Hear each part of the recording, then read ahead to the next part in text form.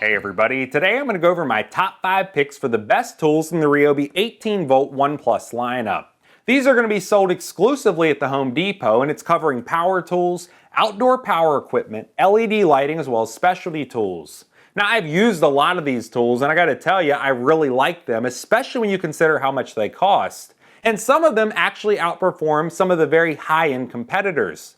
But what I want to do in this video is go over my top 5 picks. I'll show you why I like each one so much. But I also want to know what you think. If you've used Ryobi tools in the past, or maybe you own some, which models really stood out to you as being some good performers? Leave a comment below this video and let people know about it. As they're researching Ryobi, and they watch what my opinion is, and then they also see what you have to say, it might really steer them in the right direction. One of the best features of the Ryobi ONE+ lineup will be the battery pack, specifically the fact that the platform has not changed in almost 20 years. That means if you had a drill that you bought 10 years ago and the battery pack died on you, you don't have to throw everything away and start over again because the battery packs are still going to be compatible off the shelf today. If we look at a normal manufacturer, what's going to happen? Every 2 or 3 years, they completely change their battery platforms. And that means even if you have working tools, you can't buy replacement batteries for them. Ryobi's committed to never changing their platform as long as they're making the 18-volt lineup. So even if you bought tools 2 years down the road, the same battery packs are going to power everything exactly the same way. Starting out with number 5 is the P290 Quiet Strike Oil Impulse Driver. The main advantage of the Quiet Strike will be its noise levels, and it's just as fast, if not faster, than a traditional impact driver. Because of the hydraulic mechanism inside, it's going to force the fastener into, let's say, a piece of wood very quickly. And what I've done is started out 3 different 3-inch coated deck screws into this pine 2x6. I'll go ahead and install 2 of them with the Quiet Strike, then I'll take the bit out and use a traditional impact driver, and just listen for the difference in the noise levels. Now taking that bit out, I'm going to pop it in a standard unit, and you'll see the difference between them. Number 4 is the P3320 Hybrid Fan. The reason it's called a hybrid fan is the fact that it will use a battery pack, or you can plug an extension cord directly into it, meaning you would have unlimited run times. And if you're looking at a Ryobi tool and you don't even have a battery pack, just by plugging this in, it makes it a corded unit, and it would work by itself.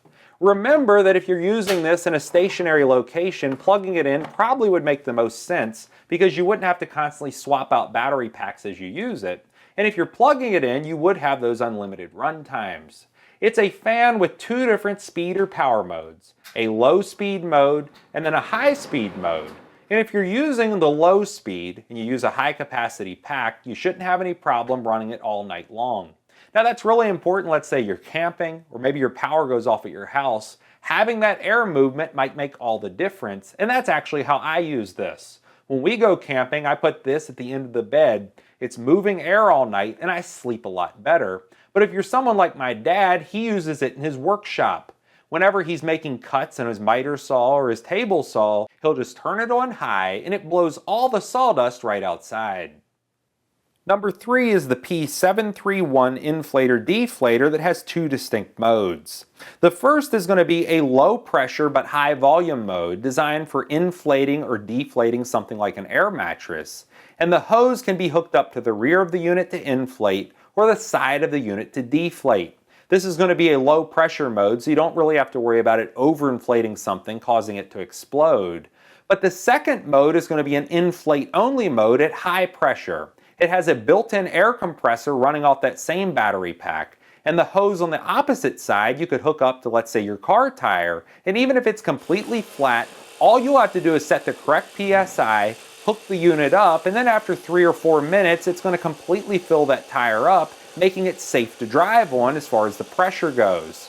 Now, if you do have a high volume leak in your tire, it would be safe. But let's say you just had a small leak or a leaky valve stem, this would allow you to inflate your car tire, get it to a repair facility, and you're not going to have to waste your money on a tow truck. Number 2 is the P516 Reciprocating Saw, which is a heavy-duty unit that they just came out with.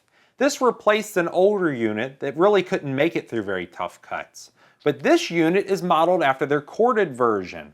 It has a tremendous amount of power, and when you consider that they do have upgraded features like a keyless blade change, a pivoting shoe, and then it also has anti-vibration technology. Even if you're a DIYer removing a deck off the back of your house, this is going to be able to get the job done for you. And because of the multitude of blades that you can get along with a reciprocating saw, let's say you use a pruning blade with it. You can go out on your property, maybe along your fence line, or you want to trim some tree branches. It's going to slice right through those. It's very efficient, and it's going to be a lot safer than using a chainsaw. And my number one favorite Ryobi 18-volt 1+ tool is the P3320 Airstrike brad nailer.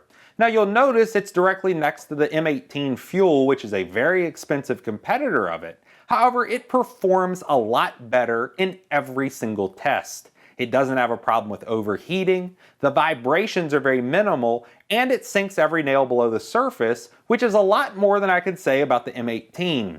Now this one, costing almost 3 times as much, performed very bad compared to the Airstrike. And people that have used both of these overwhelmingly tell me how much they like the Airstrike and how many problems they've had with the M18. In fact, when we look at them firing side by side, you'll see exactly how much recoil is going to go back into your arm. Because the Airstrike has almost no recoil. It's going to fire back to back, it does not overheat, and it's not going to send vibrations through your arm. But when we look at the M18 Fuel with the same exact nails going into the same wood, it's going to send vibrations all the way up through your hand, wrist, and your arm, making you very sore. In fact, the M18, if you fire it a lot, you really will feel it. It's going to make you sore. Where the Airstrike is not going to have any problem at all, and it's a lot more comfortable to use. So now you've seen my top 5 picks for the best tools in Ryobi's 18-volt 1+ lineup. Now what I'd like to know is, do you agree with my top 5 picks? Are there other ones that you like even more? Leave a comment below this video and let everybody know about it.